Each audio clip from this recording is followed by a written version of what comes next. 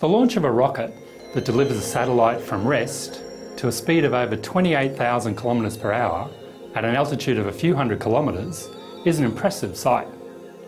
But did you know that the mass of the final payload that's placed into orbit is only a few % of the mass of the rocket just before it takes off? The rocket's so heavy because it has to carry with it all of the oxygen to burn with the fuel. So we need a very big rocket to launch a very small satellite. We know that there's plenty of oxygen in the air through which the rocket is flying, so why don't we use that oxygen to burn the fuel, just as we do in a car's engine, where we burn petrol in air, or in a jet engine, where we burn jet fuel in air. What we need is an air-breathing engine that travels at really high speeds. This is where the idea of a scramjet comes from, and being able to understand what happens to the flow in and around a scramjet is the destination for the journey that we'll take in this course.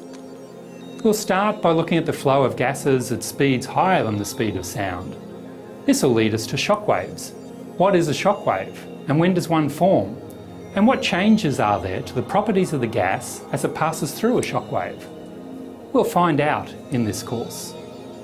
Then we'll increase the speed and look at what happens when the flow is hypersonic, more than 5 times the speed of sound. Then we'll be ready to look at that air-breathing engine flying at hypersonic speeds, the scramjet. In the course, we'll use data from some of our hypersonic shock tunnels and from some of our computational fluid dynamics simulations to see what happens in hypersonic flows. The teaching team has lots of experience in hypersonics. Some of us have been researching and teaching in the field for more than 20 years. But we've got some younger chaps too who are going to be the ones, maybe with you, who'll develop the hypersonic systems to allow us to access space using scramjets.